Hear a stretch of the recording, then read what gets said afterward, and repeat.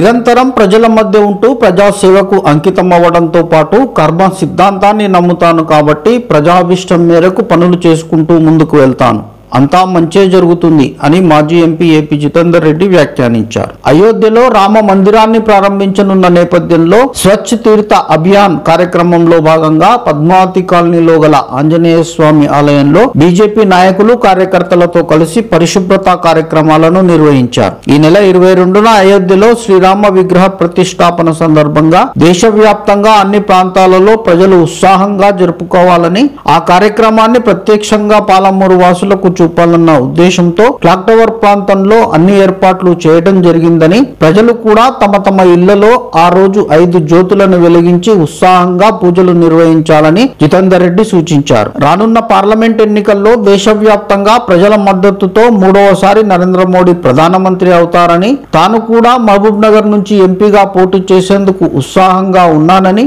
అదే విషయాన్ని ఢిల్లీలో అధిష్టాన వర్గానికి చెందిన అందరు నాయకులను కలిసి విజ్ఞప్తి చేశానని జితేందర్ రెడ్డి వెల్లడించారు. ఆయా కార్యక్రమాల్లో పార్టీ నాయకులు మిథున్ కుమార్ రెడ్డి, పడాకుల బాలరాజ్, కొండా బుచ్చయ్య, శ్రీనివాస్ రెడ్డి, కృష్ణవర్ధన్ రెడ్డి తదితరులు పాల్గొన్నారు. ప్రతి మందిరాన్ని వారు సందర్శిస్తున్నారు. ప్రతి దగ్గర కూడా పూజలు చేస్తున్నారు. ప్రతి ఒక్క దగ్గర కూడా దేవుని ఆలయాలన్నింటినీ కూడా శుద్ధి చేస్తున్న సంగతి కూడా మనం చూస్తున్నాం.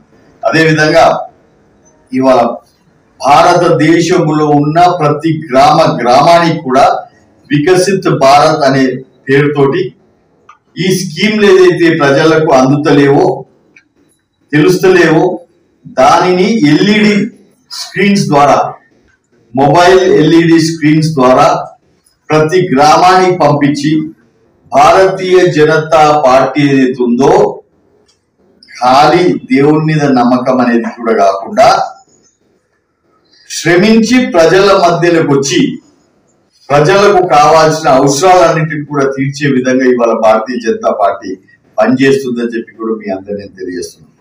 అదేవిధంగా క్లాక్ టవర్ దగ్గర కూడా ఆనాడు చాలా పెద్ద ఎత్తున షాప్స్ అన్నిటిని కూడా క్లోజ్ చేసి ఒక అయోధ్యలో మనం ఉండే విధంగా ఉన్నాము అనే విధంగా ఏతుందో అక్కడ అన్ని రకాలుగా హోమాలు చేసుడు, ఎల్సిడి స్క్రీన్లు పెట్టుడు, లైవ్ ప్రోగ్రామ్ ఏదైతే ఉందో అక్కడ పెట్టడానికి కూడా అన్ని రకాలుగా ఏర్పాట్లు కూడా చేయడం జరిగింది.